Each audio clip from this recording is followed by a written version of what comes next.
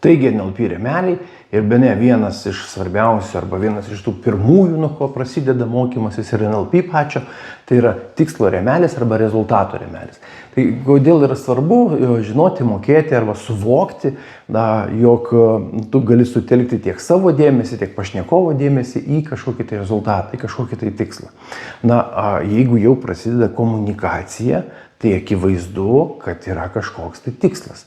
Ar ir šiaip gyvenime gerai žinoti, dėl ko ką tu darai, ne koks yra tikslas tos tavo veiklos. Tai su kitu žmogum kalbantis, žinodamas savo tikslą, tu gali įvardinti, aš su tavim noriu pašnekėti apie. Ir tu iš karto įvardini tą savo tikslą, tą savo ketinimą, aš iš tavęs tikiuosi ir tu įvardini kitą tikslą, kitą rezultatą, kurio nori pasiekti, tai žmogaus tavo lūkestis žmogaus kažkokiai tai reakcijai.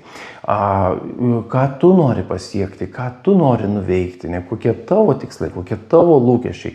Taip gali pasitikrinti savo pašnekovo matymą, suvokimą, kaip jisai mato situaciją, kokius jisai turi lūkesčius. Yra galimybė suderinti, pasitikrinti mūsų abiejų matymus, mūsų abiejų rezultatus ir lūkesčius. Ir tada ir didesnė tikimybė, kad mes susikalbėsim, kad mes pasieksim tai, ko mes norim. Tikslo rėmelis yra apie tai, ko aš norėčiau, kas turėtų gautis.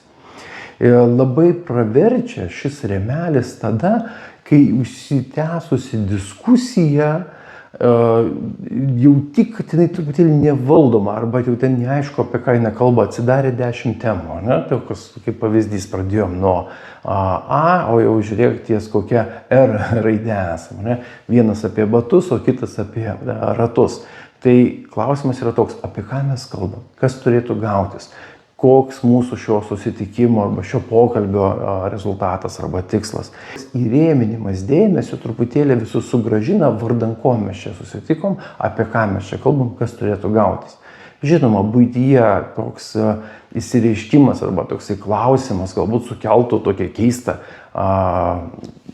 reakciją, liktumėt galbūt nesuprastas, todėl galite kreiptis arba klausti iš žmogaus ketinimus arba iš žmogaus planus, kokie tavo planai, ką norėtum nuveikti, ką norėtum patirti, kas būtų geriausias, kokia būtų geriausia šios dienos arba šio susitikimo patirtis.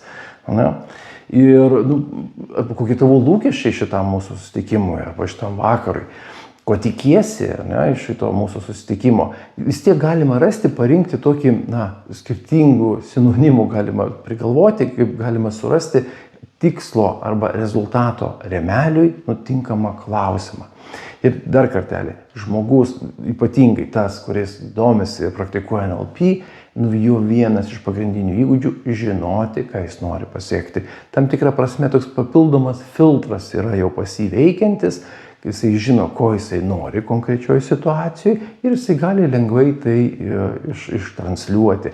Arba žinodamas, ko nori, jisai taip modeliuoja aplinką, deda kitokius rėmelius, taiko kitus NLP rėmelius, kad savo rezultatą pasiektų, kad norimą rezultatą pasiektų. Kai tu moki arba esi pratęs mąstyti rezultato rėmeliu, tai žiūrėk ir kiti žmonės irgi įpranta, seka paskui tave irgi įpranta keltis tokius tikslus arba formuluoti tokias užduotis, o kas turėtų gautis, o ką turėtume pasiekti, koks galėtų arba turėtų būti norimas galutinis rezultatas, o paskui prisideda veiksmas, ką dėl to galim padaryti. Taigi rezultato arba tikslo arba rezultato rėmelis vienas iš pirmųjų, vienas iš pagrindinių, vienas iš svarbiausių NLP įrankių.